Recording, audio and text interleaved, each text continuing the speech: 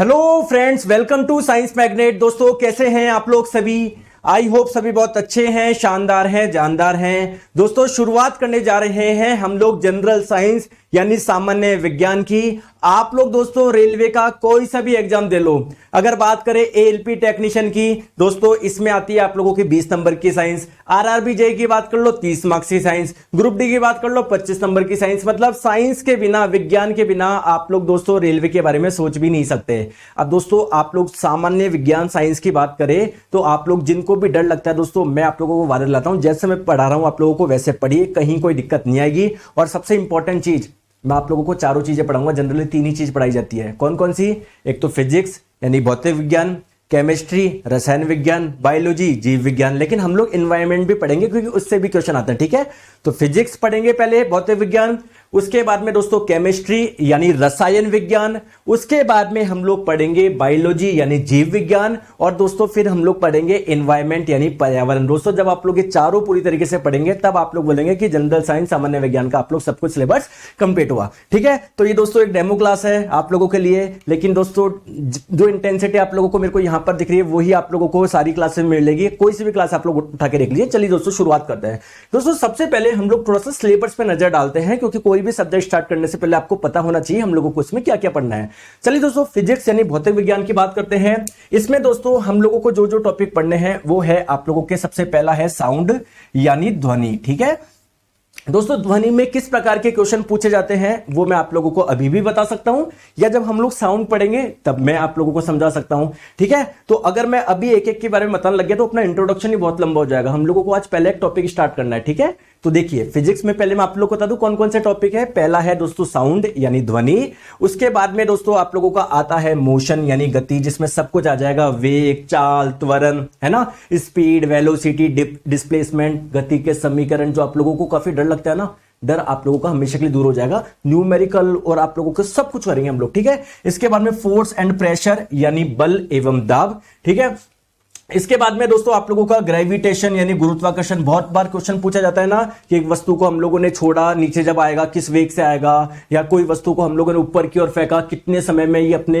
Highest point पे पहुंच जाएगी। ठीक है, ठीक है, वर्क एनर्जी पावर यानी कार्य ऊर्जा एवं शक्ति। उसके बाद में दोस्तों फ्लूइड मैकेनिक, जिसे हिंदी में द्रव यांत्रिकी भी बोलते हैं। आपको पता है दोस्तों बायंसी फोर्स यानी उत्प्लावन बल के भी आजकल क्वेश्चन आने लग गए, जो जनरली आपको नहीं पढ़ाया जाता है या आप लोग पढ़ते नहीं। दोस्तों पढ़ना है, सब कुछ पढ़ना है। ठीक है, रिफ्लेक्शन यानी परावर्तन बहुत इंपॉर्टेंट है। मिरर फॉर्मूला, दर्पण सूत्र, सब इसके अंदर आते हैं आप लोगों के। ठीक है, फिर अपवर्तन और मानव नेत्र। अब बहुत जने बोलते हैं सर आपने ना सिलेबस बता रहे हो लेकिन आपने दर्पण के बारे में तो बताया नहीं, दोस्तों लेंस के बारे में तो बताया नहीं। अरे मेरे प्यारे दोस्तों, जो रिफ्रैक्शन होता है ना, अपवर्तन, इसी के अंदर हमारा लेंस आता है, क्योंकि लेंस से होता है अपवर्तन और दर्पण से होता है परावर्तन, यानी मिरर से होता है रिफ्लेक्शन। तो वो इसके अंदर आ जाएगा। सब समझ में आ गया बात को? चलिए इसके बाद में दोस्तों heat and thermodynamics, electricity and magnetism. दोस्तों ग्रुप डी 2022 में भर भर के क्वेश्चन आए इस वाले चैप्टर से।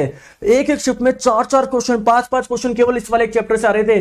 दोस्तों सोर्स ऑफ एनर्जी पढ़ेंगे, कन्वेंशनल सोर्स क्या होता है, नॉन कन्वेंशनल क्या होता है, यानी परंपरागत स्रोत कौन से होते हैं, परंपरागत स्रोत कौन से होता है, कौन सा सोर्स अच्छा है, कौन सा सोर्स बेकार है, सब कुछ हम लोग बात करेंगे। लास्ट में हम लोग पढ़ेंगे मेजरमेंट यानी मापन। आपने सुना होगा ना सीजीएस पद्धति, एमकेएस पद्धति, एसआई पद्धति, तो इसको लास्ट में करेंगे हम लोग। ठीक है, चलिए अब ये तो हो गया था आप लोगों का फिजिक्स का यानी भौतिक विज्ञान का। अब हम लोग बात करते हैं केमिस्ट्री यानी रसायन विज्ञान का। इसमें सबसे पहला दोस्तों हम लोग पढ़ेंगे मैटर, द्रव्य। मैटर क्या होता है? आपके आसपास में जो कुछ भी आप लोग देख पा रहे हो सब मैटर है। हवा देख रहे हो, कोई लकड़ी का टुकड़ा देख रहे हो, कोई आप लोग मिट्टी देख रहे हो, नमक देख रहे हो, हल्दी देख रहे हो, जो भी देख रहे हो आप लोग, सब कुछ आप लोगों का मैटर है।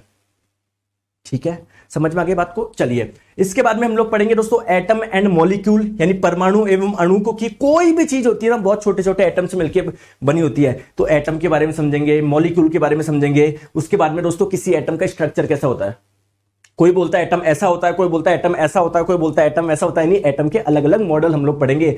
जॉन डाल्टन साहब ने क्या बताया कि एटम ऐसा होता है, रदरफोर्ड साहब ने बताया एटम ऐसा होता है, दोस्तों बोर साहब ने बताया एटम ऐसा होता है। तो सबके अलग अलग तरीके हैं कि यार एटम ऐसा होता है, हम लोग सबके बारे में समझेंगे। फिर ये भी देखेंगे किसने सही बताया, किसने गलत बताया। दोस्तों क्वांटम संख्या आप लोग छोड़ के जाते हो, बहुत इंपॉर्टेंट है दोस्तों। केमिकल बॉन्डिंग, रासायनिक बंध बहुत इंपॉर्टेंट। इसके बाद में केमिकल रिएक्शन, इसके बाद में क्लासिफिकेशन ऑफ एलिमेंट्स। दोस्तों जब मैं सिलेबस बताता हूँ बहुत जने बोलते हैं सर इसमें पीरियोडिक टेबल तो है ही नहीं, आवर्त सारणी तो है ही नहीं। अरे मेरे प्यारे दोस्तों, ये जो चैप्टर है ना तत्वों का वर्गीकरण, हमारे पास में बहुत सारे तत्व है ना, hydrogen, helium, lithium, beryllium, boron, carbon, nitrogen, oxygen, fluorine, neon, sodium, magnesium, aluminium, silicon. तुम तत्व को उनके विशेषताओं के आधार पर अलग अलग रखना ही वर्गीकरण कहलाता है। तो जो आवर्त सारणी है, जो पीरियोडिक टेबल, एक प्रकार का वर्गीकरण ही तो है। तो पीरियोडिक टेबल इसके अंदर आएगी। और क्या आएगा इसके अंदर? डोबेराइनर का त्रिक नियम सब इसके अंदर आएगा, है ना। मतलब सिलेबस आपको कंप्लीट है, ठीक है। मेटल पढ़ेंगे, नॉन मेटल पढ़ेंगे, मेटलॉइड पढ़ेंगे। ये दोस्तों फिर आप लोगों का केमिस्ट्री के, ये आप लोगों का अगर मैं बात करूं यहां पर आपकी खत्म होगी डेली लाइफ इन केमिस्ट्री पे आगे। इससे पहले ऑर्गेनिक केमिस्ट्री, आईयूपीएसी नाम बहुत ज्यादा पूछे जाते हैं। एस्टर क्या होता है, फिनॉल क्या होता है, आप लोग बहुत रटते हो, रटने की जरूरत नहीं, जब आप लोग पढ़ोगे सब कुछ समझ में आ जाएगा। डेली लाइफ केमिस्ट्री, सोल्ट, ये सोप क्या होता है, डिटर्जेंट क्या होता है, प्लास्टिक क्या होता है, कौन कौन से ग्लास होते हैं, कौन कौन से फाइबर होते हैं, सब हम लोग पढ़ेंगे दोस्तों इसके बारे में, ठीक है। चलिए अब दोस्तों बायोलॉजी यानी जीव विज्ञान की बात करें। सबसे पहले हम लोग पढ़ेंगे हमारी बॉडी का डाइजेस्टिव सिस्टम, पाचन तंत्र, क्योंकि इसको आप लोग अच्छे से रिलेट कर पाओगे। दोस्तों जो भी आप लोग खाते हो, भोजन करते हो, उसके साथ में उसका आपकी बॉडी में उस भोजन के साथ में क्या क्या होता है, कौन कौन से अंग है जो उसका पाचन करवाने में मदद करते हैं, उन अंगों के बारे में हम लोग समझेंगे। पेट के बारे में, लीवर के बारे में, आंत के बारे में। समझ में आ गया बात को? बहुत बढ़िया। इसके बाद में दोस्तों न्यूट्रिशन, पोषण, जो भी आप लोग भोजन खाते हो ना, आपने रोटी खाई, आपको पता है रोटी से क्या क्या मिलता है? आपने कोई मान लो पपीता खाया, पपीता में क्या था भाई? कोई कैल्शियम था, कोई विटामिन था, कोई प्रोटीन था, क्या था? तो हम प्रोटीन, ये न्यूट्रिशन के बारे में पढ़ेंगे, कार्बोहाइड्रेट के बारे में पढ़ेंगे, प्रोटीन के बारे में, फैट के बारे में, विटामिन के बारे में, मिनरल्स के बारे में हम लोग पढ़ेंगे, है ना। किस विटामिन का क्या कार्य होता है, किस मिनरल का क्या कार्य होता है, बहुत बढ़िया। दोस्तों इसके बारे में ब्लड एंड सर्कुलेटरी सिस्टम। दोस्तों कहीं पर भी चोट लग जाए ब्लड निकल जाता है कि बिल्कुल सब ब्लड निकल जाता है? दोस्तों इस ब्लड को पूरी बॉडी में घुमाने के लिए आपकी बॉडी में कोई सिस्टम है कि बिल्कुल, उसको सर्कुलेटरी सिस्टम, परिसंचरण तंत्र बोलते हैं, जिसमें आपका हार्ट इंपॉर्टेंट काम करता है। तो इन सब के बारे में हम लोग पढ़ेंगे ब्लड एंड सर्कुलेटरी सिस्टम में। इसमें आपका ब्लड ग्रुप भी आ जाएगा, रक्त समूह भी आ जाएगा, कौन किसको रक्त दे सकता है, कौन किससे रक्त ले सकता है, ठीक है। दोस्तों स्केलेटल सिस्टम, पूरा कंकाल तंत्र, सारी हड्डियों के बारे में हम लोग समझेंगे, मसल्स के बारे में हम लोग देखेंगे, ठीक है। इसके बाद में एक्सक्रीटरी सिस्टम, उत्सर्जन तंत्र, हमारी बॉडी से वेस्ट बनता है ना, बॉडी में वेस्ट बनता है, उस बॉडी के वेस्ट को बाहर निकालने के लिए कौन कौन से अंग काम करते हैं उसके बारे में समझेंगे। पूरी किडनी समझेंगे, यूरिनरी ब्लैडर, मूत्राशय क्या होता है, किडनी कैसे काम करती है, सब कुछ हम लोग पढ़ेंगे। नर्वस सिस्टम, तंत्रिका तंत्र, तंत्रिका तंत्र क्या होता है? अगर आप लोग कहीं पर हाथ लगा देते हो, यहां पर गर्म, तुरंत हाथ हटा लेते हो क्या? यानी दोस्तों आपके अंगों के बीच में कोऑर्डिनेशन है, हाथ, वहां से मैसेज आया ब्रेन के पास में, ब्रेन ने बोला हाथ हटा, ठीक है। तो ऐसे दोस्तों हमारे अंगों के बीच में, अलग अलग अंगों के बीच में कोऑर्डिनेशन होता है, एक सामंजस्य होता है। तो दोस्तों वो काम किसका होता है? आपके नर्वस सिस्टम का होता है, तंत्रिका तंत्र का होता है। इसके बारे में पढ़ेंगे। इसमें आपका ब्रेन भी आ जाएगा, आपकी रीढ़ की हड्डी आ जाएगी, स्पाइनल कॉर्ड आ जाएगा, सब कुछ आ जाएगा इसमें। एंडोक्राइन सिस्टम, दोस्तों हमारी बॉडी में बहुत अलग अलग हार्मोन होता है, किसी का काम क्या होता है, किसी का काम क्या होता है। कोई आपकी दाढ़ी मूंछ लाने के लिए रेस्पॉन्सिबल होता है, किसी हार्मोन से आप लोगों का डाइजेशन सही रहता है, किसी हार्मोन से आपकी हार्ट बीट सही रहती है। तो सभी हार्मोन्स के बारे में हम लोग पढ़ेंगे इस एंडोक्राइन सिस्टम में। दोस्तों इसके बाद में क्लासिफिकेशन ऑफ ऑर्गेनिज्म, जीवों का वर्गीकरण। दोस्तों आप लोग पास में देख रहे हो छोटी सी चींटी है, वो एक जीव है क्योंकि उसमें लाइफ है। एक अमरूद का पौधा है, वो भी एक जीव है, मैं भी एक जीव हूं, लेकिन हम सब में कुछ भिन्नता है ना। तो दोस्तों जो जीव एक जैसे हैं उनको एक जगह रखना, जो जीव एक जैसे हैं उनको एक जगह रखना, ये हम लोग पढ़ेंगे। इसमें काफी कंफ्यूजन होता है ना, मोनेरा, प्रोटिस्टा, सर समझ ही नहीं आता आज तक, सब समझ में आ रहा है, टेंशन मत लो यार। चलो इसके बाद में बात करेंगे दोस्तों बॉटनी यानी वनस्पति विज्ञान की। इसके बाद में रिप्रोडक्शन इन ऑर्गेनिज्म यानी जीवों में प्रजनन। बॉटनी में सब आ जाएगा, प्लांट के बारे में, फल क्या होता है, फल का स्ट्रक्चर अंदर का, फ्रूट क्या होता है, true root, false fruit, photosynthesis, सब कुछ इसके अंदर आ जाएगा। पूरे प्लांट के बारे में हम लोग पढ़ेंगे इसमें।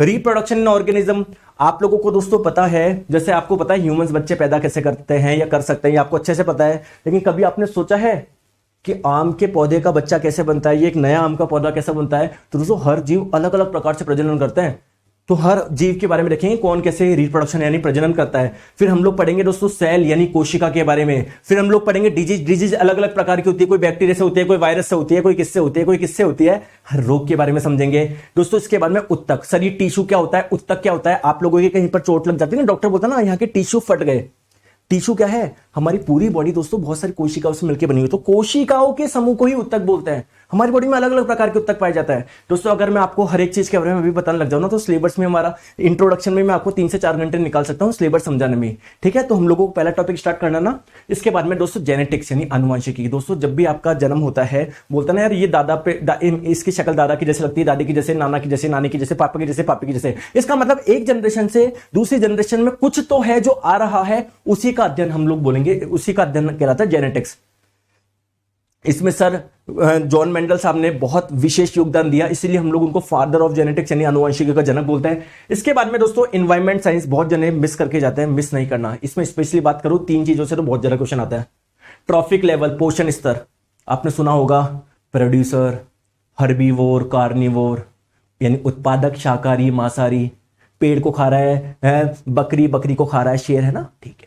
दोस्तों पारिस्थितिकी तंत्र, अलग अलग तंत्र होते हैं। आपने सुना होगा एक्वेटिक इकोसिस्टम, जलीय पारिस्थितिकी तंत्र, आपने सुना होगा टेरेस्ट्रियल इकोसिस्टम, स्थलीय पारिस्थितिकी तंत्र, सबके बारे में समझेंगे। एनवायरनमेंट का बेसिक हम लोग समझेंगे, किसने अपना योगदान दिया, पर्यावरण होता क्या है। इसके बाद में दोस्तों ये सारे इसमें पढ़ेंगे, ठीक है दोस्तों। Nutrition cycle, carbon cycle, nitrogen cycle, phosphorus cycle, biotic relation. दोस्तों इस पृथ्वी पे 2 जीवों के बीच में अलग अलग प्रकार से संबंध आपको देखने को मिलेंगे। कैसे दोस्तों? किसी के सिर में जू पड़ जाती है कि जू, तो वो जू आपकी बॉडी में क्यों आई? आपकी बॉडी से खून चूसने के लिए, आपकी बॉडी से पोषक तत्व लेने के लिए। तो क्या हो रहा है? आपका तो नुकसान हो रहा है, और उस जो जू है उसका क्या हो रहा है? फायदा हो रहा है। तो यहां पर एक का फायदा हो रहा है, एक का नुकसान हो रहा है। दोस्तों कोई संबंध ऐसा होता है जिसमें दोनों का फायदा होता है, कोई संबंध ऐसा होता है जिसमें एक पे कोई प्रभाव नहीं पड़ता, दूसरे पे नुकसान होता है। तो अलग अलग प्रकार के संबंध हम लोग पढ़ेंगे दोस्तों। बायोडायवर्सिटी, आपको पता है इस पृथ्वी पे लाखों करोड़ों प्रकार के जीव पाए जाते हैं। देखो प्लांट, आप देखो कितने अलग अलग प्रकार के होते हैं, किसी में फ्रूट्स आते हैं, किसी में नहीं आते। कोई प्लांट ऐसे होते हैं जो इतने छोटे से होते हैं। तो अलग अलग प्रकार की दोस्तों जीवन में विविधता जो पाई जा रही है ना, उसके बारे में हम लोग समझेंगे दोस्तों। इस पर्यावरण के संरक्षण के लिए सरकार क्या कर रही है, हम क्या कर रहे हैं और क्या कर सकते हैं, कैसे पर्यावरण का संरक्षण बहुत जरूरी है, सब इसमें आएगा दोस्तों। वन्य जीव संरक्षण, वन्य जीव को बचाना बहुत जरूरी है, ये नए वन्य जीव बनाना जरूरी है जिससे हमारे एनिमल्स को बचाया जा सके। एनिमल्स को बचाना क्यों इंपॉर्टेंट है, सब हम लोग देखेंगे। पॉल्यूशन के बारे में देखेंगे, क्लाइमेट चेंज और नेचुरल एनर्जी। दोस्तों ये हमारे क्या है, सिलेबस है। सर सिलेबस तो बता दिया, अब स्टार्ट कर दो जल्दी से। चलो दोस्तों स्टार्ट करते हैं बिना टाइम वेस्ट करे हुए। फिजिक्स से हम लोग स्टार्ट करने जा रहे हैं। पहला जो चैप्टर है आप लोगों का वो है साउंड यानी ध्वनि। दोस्तों ध्वनि जब हम लोग पढ़ेंगे, इसके अंदर हम लोगों को क्या क्या चीज पढ़नी है इसका भी मैं इंडेक्स बता दूं। देखो रूपरेखा बहुत जरूरी है, ठीक है। ध्वनि के अंदर हम लोग क्या क्या पढ़ेंगे? पहली चीज हम लोग देखेंगे सर व्हाट इज साउंड। यार ध्वनि है क्या सर? सर ये भी तो बताओगे ना ध्वनि क्या है, ये ऐसे स्टार्ट कर दूं। व्हाट इज साउंड, ध्वनि क्या है ये आपको बताऊंगा।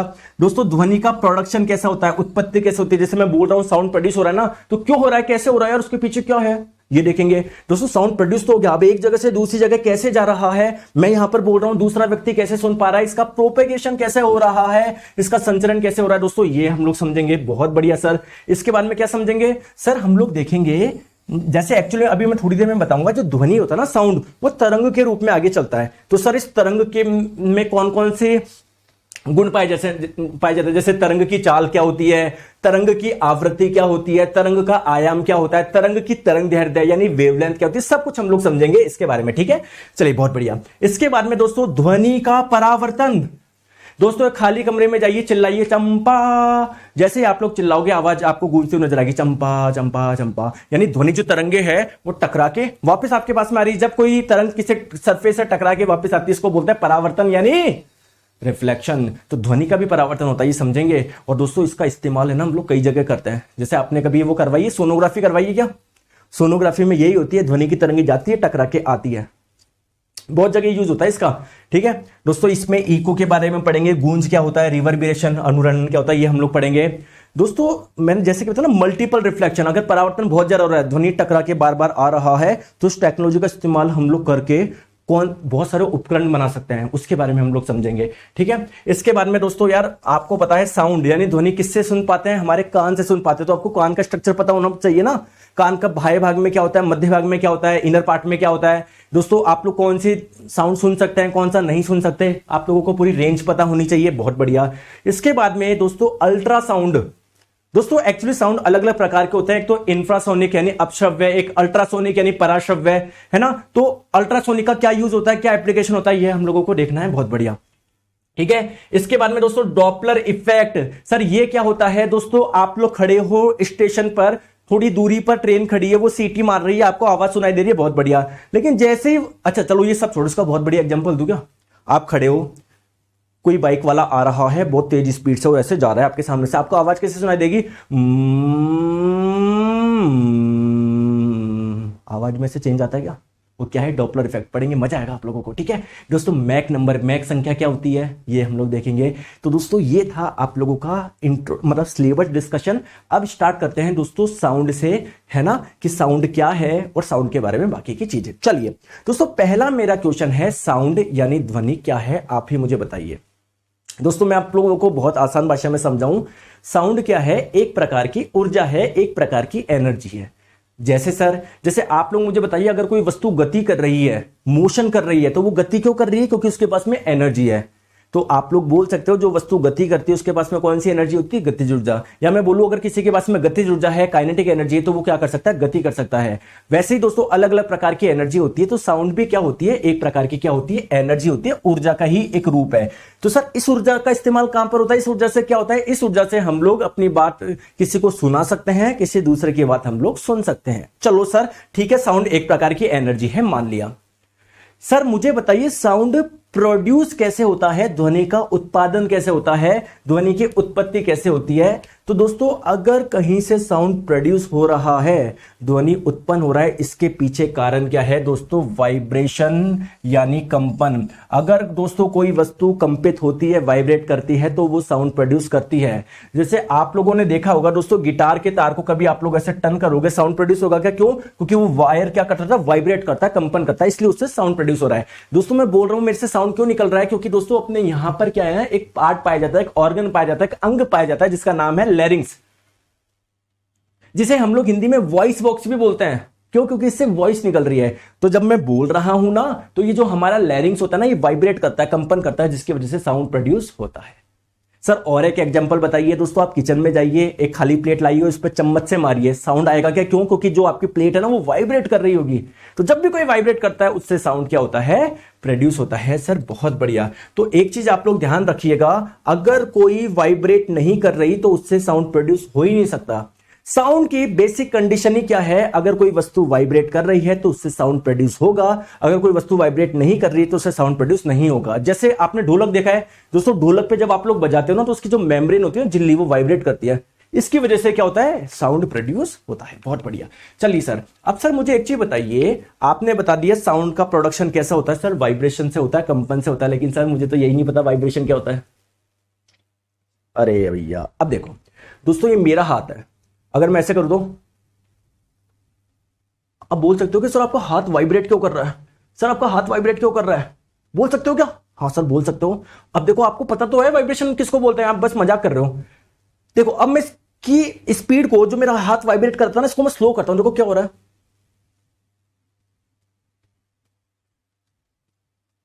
ध्यान से ऑब्जर्व करो।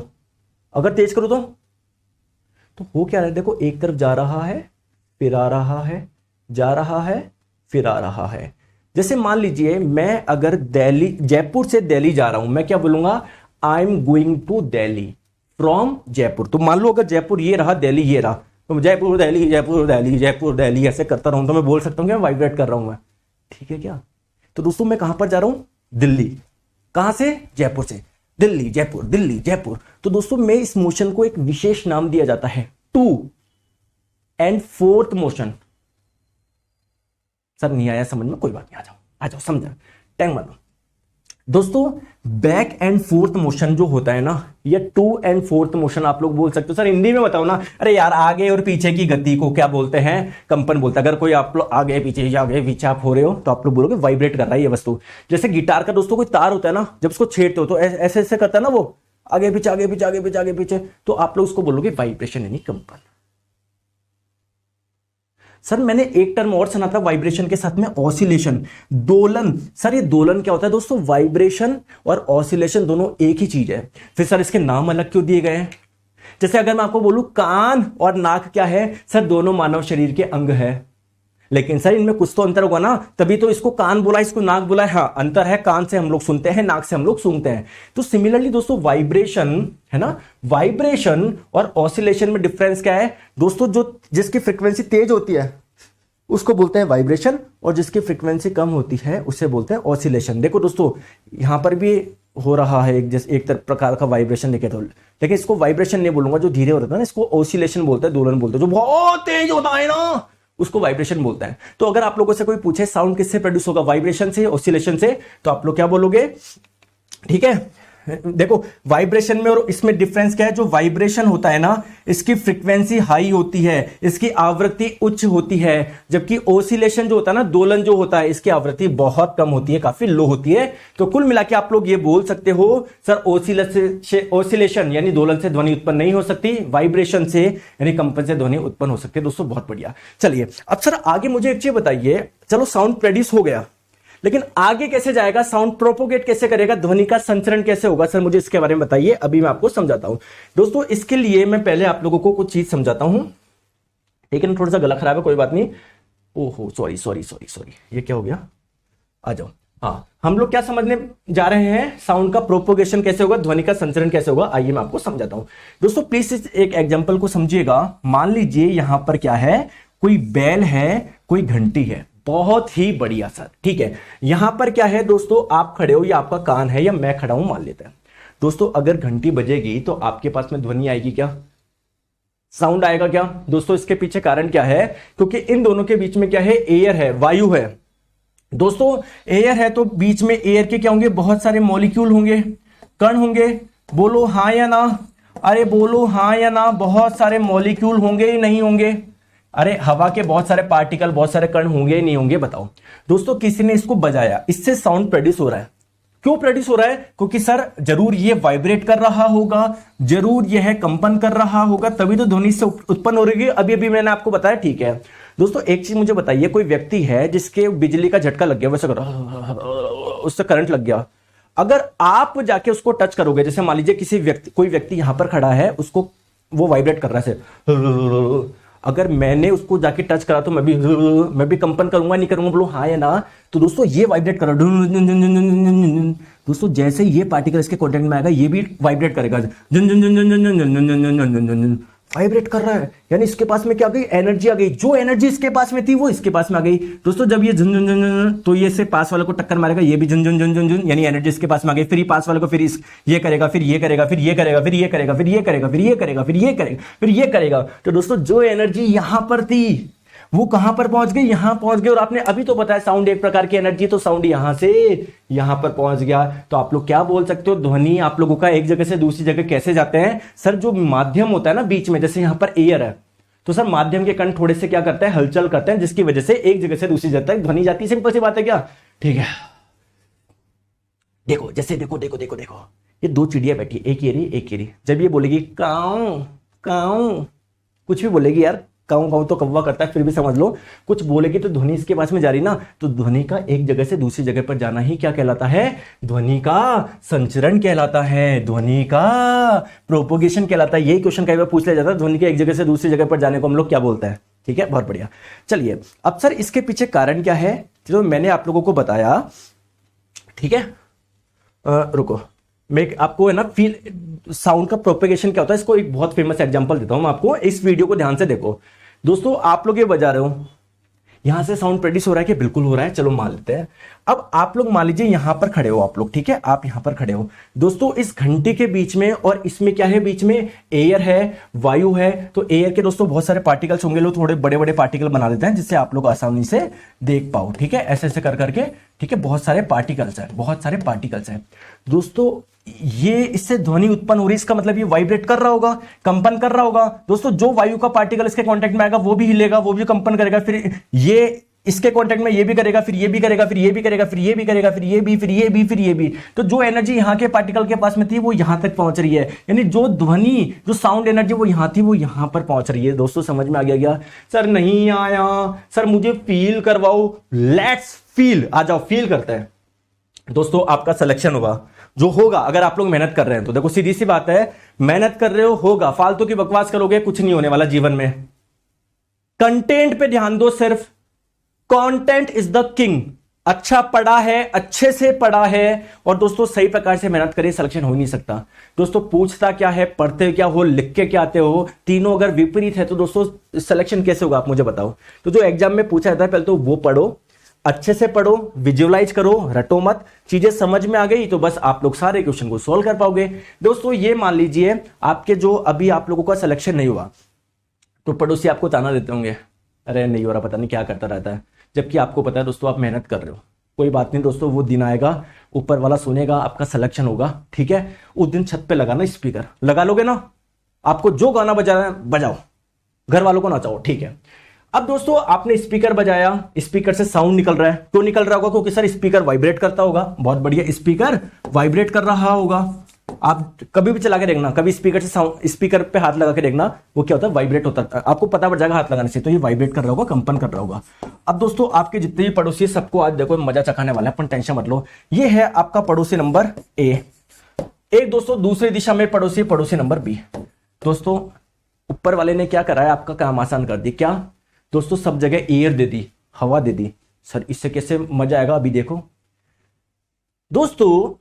आप मान लो इस पड़ोसी नंबर एक की बात करते हैं दोस्तों, स्पीकर और इस पड़ोसी के बीच में बहुत सारी एयर है क्या, बिल्कुल एयर के दोस्तों बहुत सारे पार्टिकल भी है, जैसे आप लोग देख पा रहे हो। बिल्कुल सर देख पा रहे हो सर, कहीं कोई दिक्कत ही नहीं है, बहुत बढ़िया। अब दोस्तों मुझे एक चीज बताइए, है ना, प्लीज मेरी बात को समझो, केवल इस वाले पार्टिकल पे ध्यान दो अगर आप लोग देख पा रहे हो तो, है ना। देखो इस वाले पार्टिकल पे ध्यान दीजिए प्लीज। देखो एक पार्टिकल दिख रहा है क्या, दिख रहा है क्या एक पार्टिकल इसके अंदर। दोस्तों यहां पर एक पार्टिकल था, ये क्या कर रहा था, वाइब्रेट कर रहा था, कंपन कर रहा था। तो ये पार्टिकल इसके कांटेक्ट में आया तो ये भी वाइब्रेट करने लग गया, इसको भी मजे आ गए, ये भी डांस करने लग गया, ये भी कंपन करने लग गया। फिर इससे टकरा के दूसरा पार्टिकल, फिर तीसरा, फिर चौथा, फिर पांचवा, फिर छठा। तो जो एनर्जी यहां पर थी, साउंड एनर्जी यहां पर थी दोस्तों, यहां पर पहुंच गई, ठीक है। तो उनको भी सुनने, जब आप सिलेक्शन हो गए ना, पड़ोसी भी सुनेगा, भाई साहब आज तो यार हमारी गलती थी, बच्चे को फालतू में परेशान करते थे। लेकिन कोई बात नहीं दोस्तों, समय आने तो सबका पता पड़ता है, सबको जवाब भी मिलता है। तो अपनी मेहनत पे कार्य करो। आपके लिए दोस्तों बेस्ट टीचर्स मैंने अरेंज करे हैं, आप लोग विश्वास करो, अच्छे से फॉलो करो, कहीं कोई दिक्कत नहीं है। आपका सब्जेक्ट इतना मस्त हो जाएगा कि आप लोगों का दोस्तों आप सिलेक्शन की नहीं सोचोगे, इससे ऊपर की आप लोग सोचेंगे, ठीक है। चलिए बहुत बढ़िया, आ जाओ। अब ठीक है सर, आपने बता दिया कि जो साउंड होता है वो कैसे जाता है एक जगह से दूसरी जगह, ये हम लोगों ने थोड़ी सी चीज फील करी, बहुत बढ़िया। दोस्तों अब एक चीज मैं बताऊं, जो साउंड एक जगह से दूसरी जगह पर जा रहा है ना, वो वेव के रूप में, तरंग के रूप में जाता है। अब सर ये तरंग क्या होता है, दोस्तों कुछ भी नहीं है। आप मुझे एक चीज बताओ, आपने कहीं पर पानी है, उस पानी में जब आप लोग पत्थर डालोगे तो उससे लहरें निकलती है क्या, अरे वो निकलती कि लहरें, उसको ही तो आप वेव बोलते हो कि देखो वाटर वेव्स, पानी की तरंगे। तो तरंग को आप मैं बोलूं, आप परिभाषित कैसे कर सकते हो सर, कुछ हलचल बोल सकते हो क्या, कोई डिस्टर्बेंस बोल सकते हो क्या, पानी में आपने डाला, कुछ हलचल हुई, कुछ निकली, उसी को तो तरंग बोली। तो दोस्तों यहां पर भी तो हलचल हो रही है, तो यहां पर भी दो आप बोल सकते हो, साउंड एक जगह से दूसरी जगह पर वेव के रूप में, तरंग के रूप में आगे चल रहा है। हम बोल देते हैं ऐसे कि यार ये साउंड वेव्स जा रही है, वो कुछ नहीं था, ये मीडियम है ना, अपनी जगह पर हिल रहा है, इससे इसको भेज रहे हैं, इससे इसको भेज हिलवा रहे हैं, इससे इसको हिलवा रहे हैं, तो एक जगह से दूसरी जगह पर आप लोगों का क्या हो रहा है, साउंड पहुंच रहा है। बहुत बढ़िया। तो दोस्तों कभी भी आप लोगों से पूछे साउंड कैसे जाता है आगे, तो साउंड एक वेव के रूप में, यानी तरंग के रूप में जाता है, ठीक है दोस्तों, क्लियर है। और दोस्तों वेव क्या है, कुछ भी नहीं है, वेव एक प्रकार का दोस्तों डिस्टर्बेंस है, कुछ हलचल है, कुछ वाइब्रेशन, और कुछ भी नहीं है दोस्तों, जो एक जगह से दूसरी जगह पर एनर्जी को लेके जाता है, ठीक है। बहुत बढ़िया, ठीक है। जैसे जब दोस्तों आप लोग, मैं इस पे मारूंगा, आप लोग इधर खड़े होंगे तो आपके पास में साउंड पहुंच जाएगा ना, क्यों, क्योंकि बीच में एयर है, इसमें कुछ हलचल होगी, है ना, मतलब हलचल के माध्यम से, वाइब्रेशन के माध्यम से आप लोगों का एक जगह से दूसरी जगह पहुंच जाएगा। दोस्तों अब मैं आपको बताऊं, वेव्स भी अलग अलग प्रकार के होते हैं। जनरली वेव्स को आप लोग दो पार्ट में क्लासिफाई कर सकते हो दोस्तों, एक होता है आप लोगों का इलेक्ट्रोमैग्नेटिक वेव यानी विद्युत चुंबकीय तरंगे, एक होता है आप लोगों का मैकेनिकल वेव यानी यांत्रिक तरंगे। सर इसको समझाइए दोस्तों, इसको समझाने का एक बहुत प्यारा सा एग्जांपल बताऊं क्या, बहुत प्यारा सा एग्जांपल बताऊं क्या, बिल्कुल बताइए। देखो इधर आओ दोस्तों, आप लोग मान लेते हैं ये कोई एक क्या है, ये देश है है ना, आइलैंड कंट्री है। आइलैंड का मतलब क्या है दोस्तों, इसके चारों ओर क्या है, पानी ही पानी है। ठीक है दोस्तों, ये कोई दूसरा देश है, ये भी एक आइलैंड कंट्री है ना, इसका मतलब क्या, इसके भी चारों ओर पानी पानी है। दोस्तों अगर इन दोनों देशों के बीच में अगर सड़क हो तो आप क्या एक जगह से दूसरी जगह पर जा सकते हो क्या? बिल्कुल सर जा सकता हूं। दोस्तों अगर इन दोनों देशों के बीच में अपन ने मान लो कुछ ब्रिज बना दिया, कुछ पुल बना दिया, तो आप लोग जा सकते हो क्या? बिल्कुल जा सकते हो, बहुत बढ़िया। लेकिन दोस्तों इन दोनों देशों के बीच में कुछ भी नहीं है, पानी पानी है।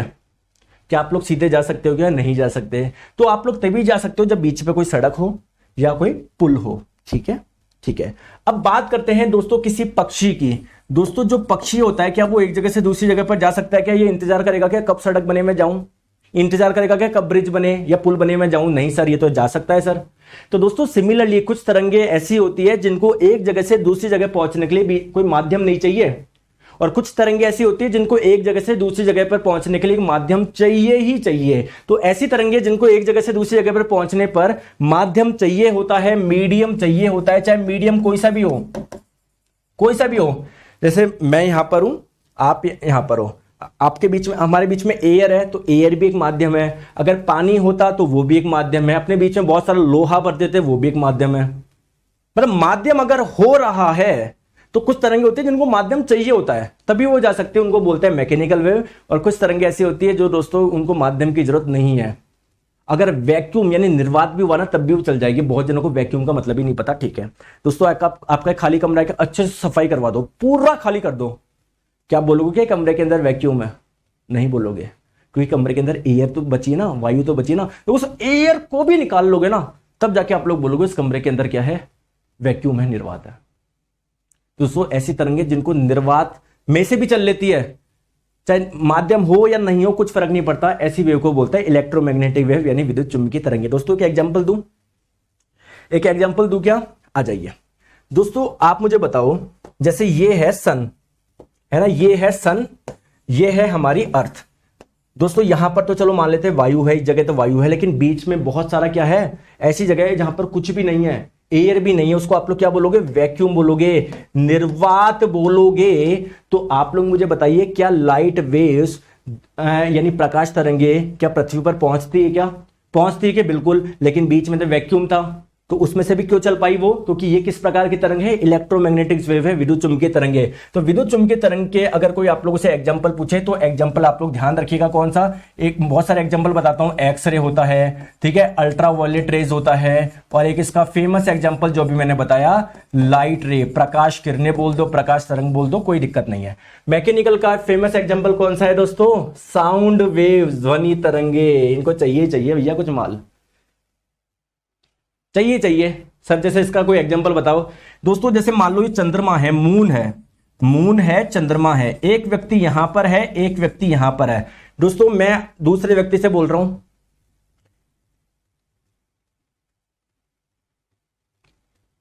तो क्या मैं बोल तो रहा हूं लेकिन साउंड एक जगह से दूसरी जगह पर नहीं जा पाएगा, क्योंकि वहां पर एयर है ही नहीं, चंद्रमा पर पूरा निर्वात है, कुछ भी नहीं है। तो ध्वनि तरंगे क्या जा पाएगी? क्या नहीं जा पाएगी। तो साउंड वेव्स को कुछ ना कुछ चाहिए होता है तभी वो जा पाएगी, है ना। तो ऐसी तरंगे जिनको कुछ भी नहीं चाहिए होता, कोई माध्यम नहीं चाहिए होता, उसको बोलता है इलेक्ट्रोमैग्नेटिक वेव, विद्युत चुंबकीय तरंगे। दोस्तों जिनको माध्यम चाहिए ही होता है, बिना माध्यम के वो एक जगह से दूसरी जगह पर नहीं जा सकते, उसको बोलते हैं sound waves, sorry mechanical wave. तो मैकेनिकल वेव का एक एग्जाम्पल क्या है? साउंड है। जैसे अगर आपके और मेरे बीच में अगर पानी भरा हो, मैं कुछ बोलूं ओए, तब भी आवाज पहुंच जाएगी, क्योंकि पानी है ना, कुछ ना कुछ मीडियम होना चाहिए दोस्तों, ठीक है। तो दोस्तों ये आपकी डेमो क्लास थी। वैसे आप इतने क्लास से मुझे क्या जज करोगे, मतलब आप समझ सकते हो। तो बस मैं आपको ये बोलना चाह रहा हूं कि दोस्तों विश्वास आप लोग रखिए, आप लोगों को जो टीचर पढ़ा रहा है अच्छे से फॉलो करिए, बिल्कुल मजा आप लोगों को आ जाएगा, ऐसी मैं आप लोगों को दोस्तों गारंटी देता हूं। और दोस्तों मात्र आप लोगों का 2999 प्राइज है। इसमें आप खुद देखो दोस्तों, मैथ्स है, रीजनिंग है, जीके, पॉलिटी, हिस्ट्री, इकोनॉमिक्स वगैरह सब साइंस में, फिजिक्स, केमिस्ट्री, बायोलॉजी, एनवायरमेंट। तो दोस्तों अगर आप लोग को सही में कंटेंट पढ़ना है, पूरा सिलेबस पढ़ना है, तो आपके लिए मोस्ट अफोर्डेबल प्राइस है। मैं दोस्तों कुछ बच्चे बोलते हैं सर 1000 कर दो, 1000 करके दोस्तों आपको कोर्स ही नहीं पढ़ाया जाए, पता नहीं एग्जाम में आता क्या है क्या पढ़ा। आप यहाँ पर देखो स्लाइड में, एक एक स्लाइड में इतनी मेहनत करी जाती है कि आप लोग को मजा आ जाएगा। दोस्तों जुड़िए, तैयारी को आप लोग 4 चांद लगाइए। कहीं भी कोई दिक्कत आ रही है इस नंबर पे आप लोग कॉल कर ले। एक इंपॉर्टेंट चीज, ये डेमो क्लास थी, बाकी की जो आपकी क्लास रहेगी आप लोगों की डेली दोपहर 1 बजे रहेगी, लाइव क्लास रहेगी, ठीक है। ये आपका डेमो था, फ्री था, जिन बच्चे को देखना था वो देख सकते हैं किस प्रकार से पढ़ाई होती है, ठीक है दोस्तों। फिर बाकी की बात करेंगे दोस्तों आगे। अभी के लिए दोस्तों धन्यवाद, thank you so much, bye bye, take care.